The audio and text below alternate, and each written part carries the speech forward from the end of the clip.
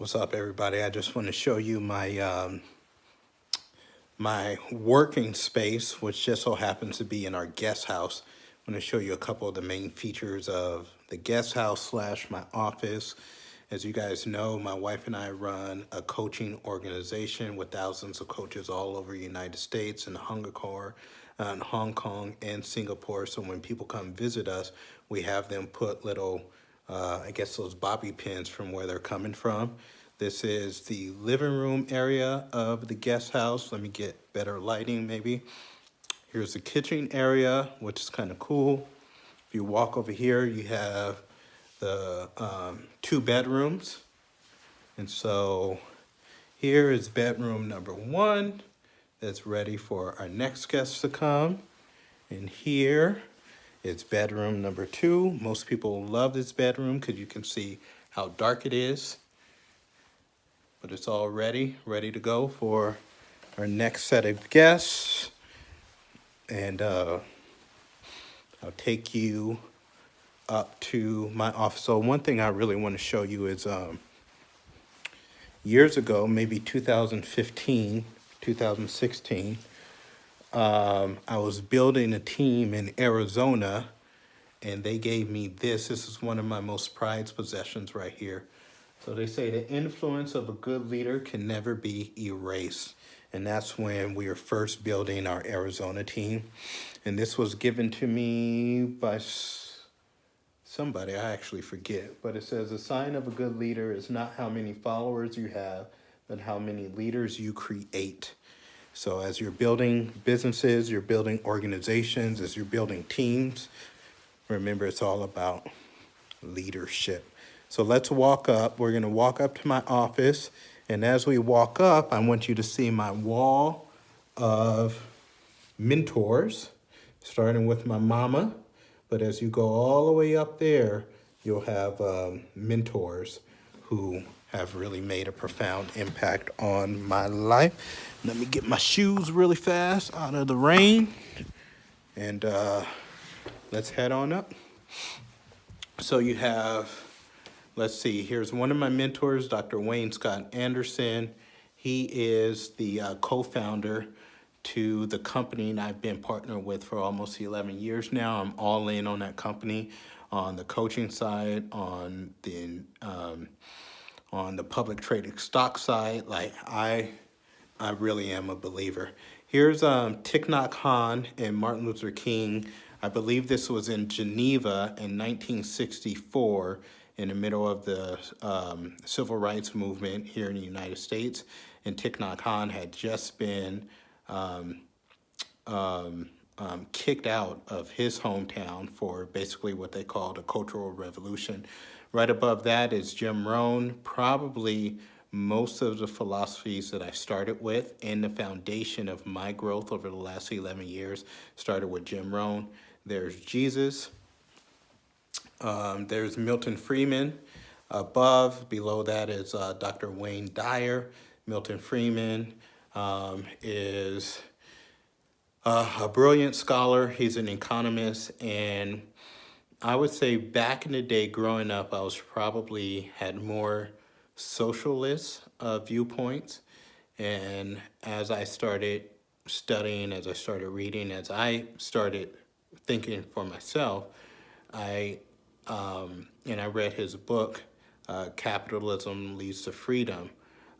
Definitely, I started getting into more people like Milton Friedman, like Thomas Sowell, like people like that. But Wayne Dyer, who's right below him, is more of a spiritual teacher. So there's something called conscious capitalism. And I would say those two, the reason why we put them together is because Dr. Wayne Dyer brings the consciousness into Milton Friedman's capitalism. Here's my foremost mentor here. Her name's Karen Elstrom. She's the one that spent pretty much every day with me. My first 4 years building my coaching business, I owe pretty much my life to her as an adult. Without her mentorship, her tutelage, her investment in me, I would be nothing as an adult. This is Marcus Aurelius. He wrote probably the most amazing book that I've ever read called Meditations. He was the Roman emperor. He's also a Stoic.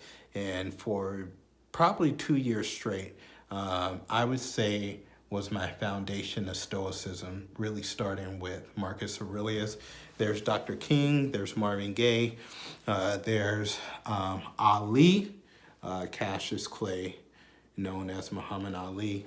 Here's one of my business mentors, Kim Fisk, who actually is the mentor of Karen Elstrom, who I just showed you, but she spent a ton of time grooming me in the early days again.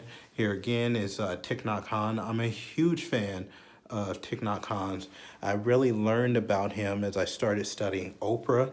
Years ago, I wanted to become an amazing interviewer. I wanted to be able to draw out people's whys, why for them doing things or not doing things.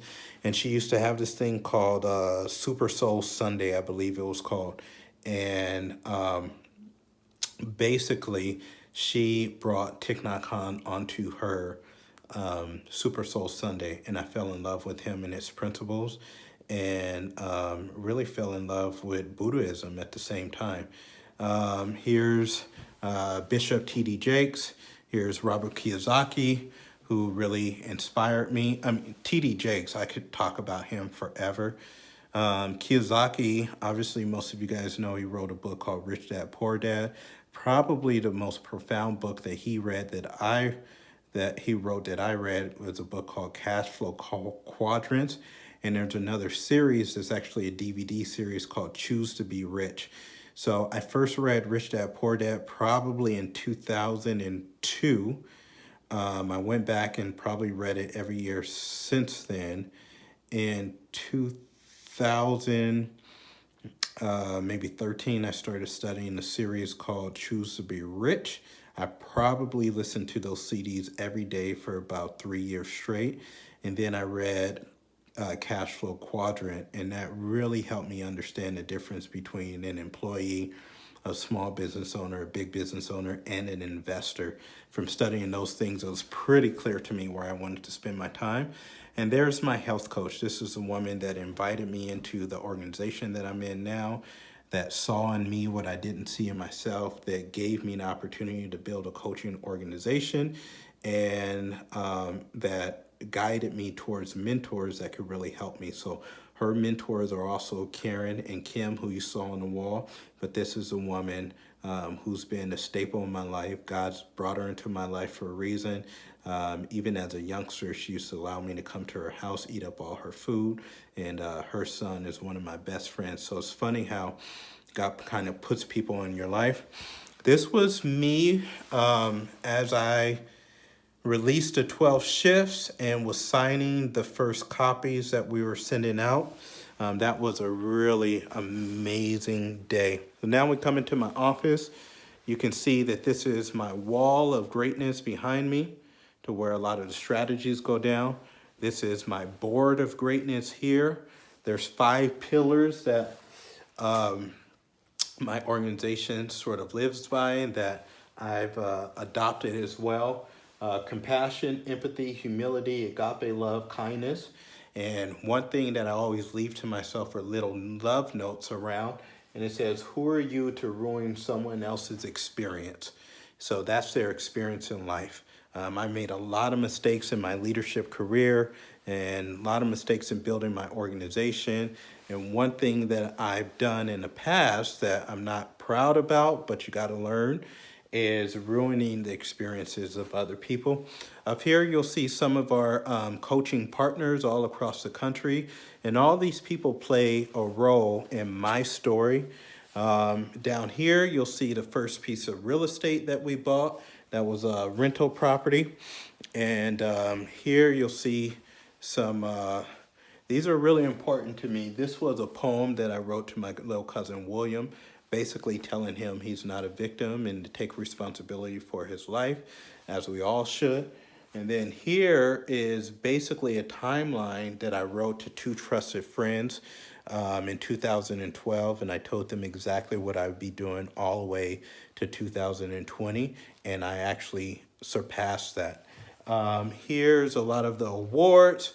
Here's my best-selling books, 12 Shifts, and The Richest Man in Direct Sales, which we also have somewhere. Oh, Richest Man in Direct Sales. And here's actually, it's funny, I was just talking about this. Here's the DVD series of Robert Kiyosaki's Choose to Be Rich. This is what I listened to and studied basically from like 2013 to 2016 every single day. And that's where I get a lot of my financial principles from as well, amongst other people that I ran into along the way. One of those people is up here, this book, Tony Robbins, Money Mastery. It's a big book. It's also an audio book, but this thing is crazy. Holy cow, that is so good. It's so funny when people walk in my office, sometimes they'll say, hey dude, what's up with the Trump books? Which is kind of funny to me.